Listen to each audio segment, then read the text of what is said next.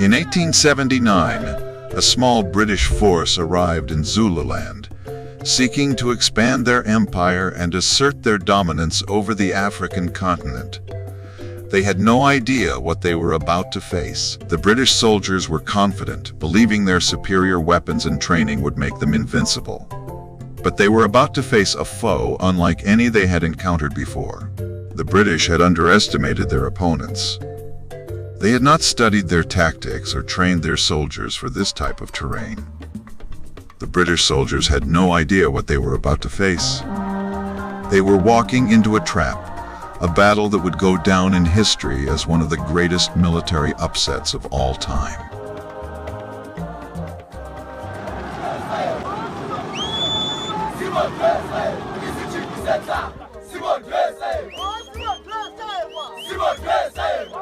The Zulu warriors were fast, agile, and deadly. They used a tactic called the buffalo horns, surrounding the British soldiers and attacking from both sides.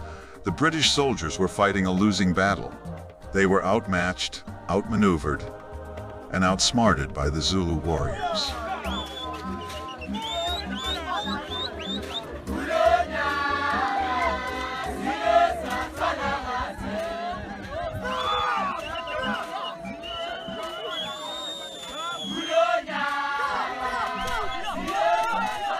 The Battle of Isandlwana was a humbling lesson for the British.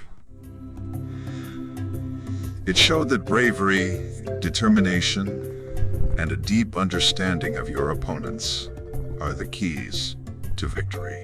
The British soldiers were confident, believing their superior weapons and training would make them invincible. But they were about to face a foe unlike any they had encountered before.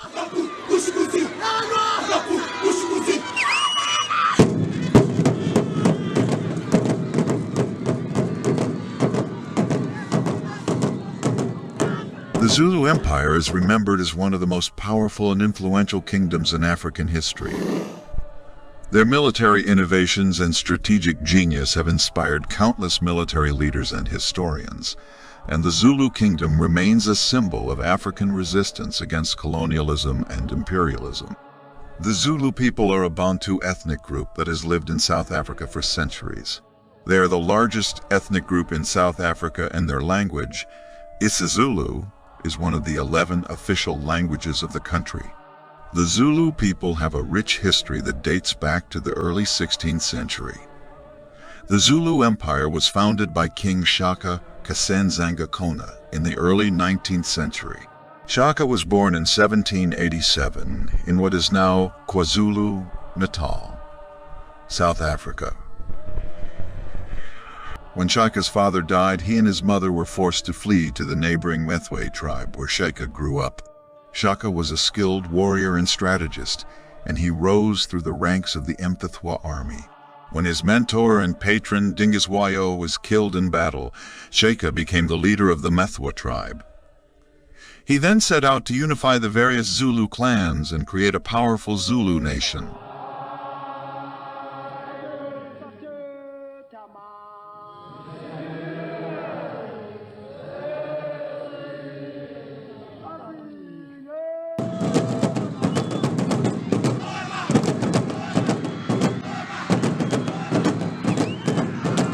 Under Shaka's leadership, the Zulu army became one of the most formidable fighting forces in Africa.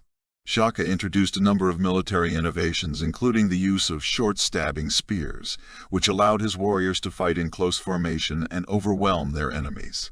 He also introduced new tactics such as the buffalo horns formation, which involved encircling and surrounding the enemy, and the chest and horns formation, which involved attacking the enemy head, and while sending flanking parties around to attack from the sides. Shaka's military success allowed him to expand the Zulu Empire rapidly.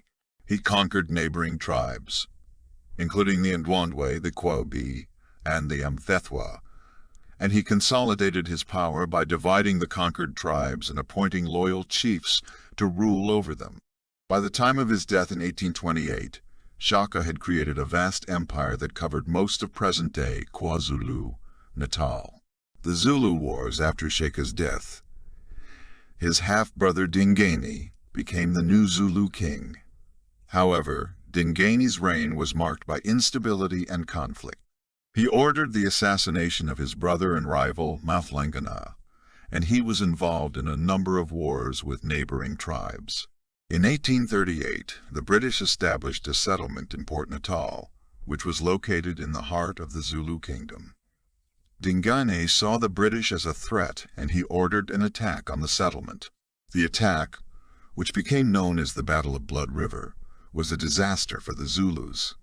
The British, who were armed with guns, were able to repel the Zulu attack and inflict heavy casualties. The battle became a symbol of Afrikaner resistance against black African power. In 1879, the Zulus were once again at war with the British, this time over land and sovereignty.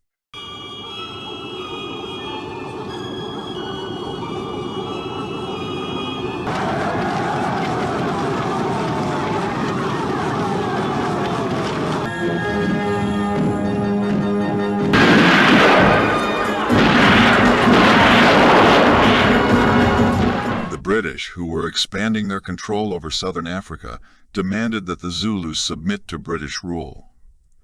When the Zulus refused, the British launched a full-scale invasion of Zululand. The first major battle of the war, the Battle of Isandlwana, was a stunning victory for the Zulus.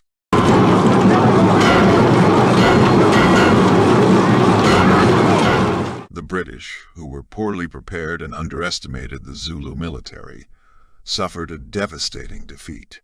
However, the British were able to regroup and launch a counterattack, culminating in the Battle of Ulundi, which resulted in the defeat of the Zulu army and the end of the Zulu kingdom. Legacy of the Zulu Empire. Despite their defeat, the Zulu people have continued to be a major force in South African society. The Zulu language and culture are widely celebrated, and Zulu traditions and rituals continue to be practiced. The Zulu people have also played a prominent role in South African politics, with several prominent politicians and leaders, including former President Jacob Zuma, being of Zulu descent.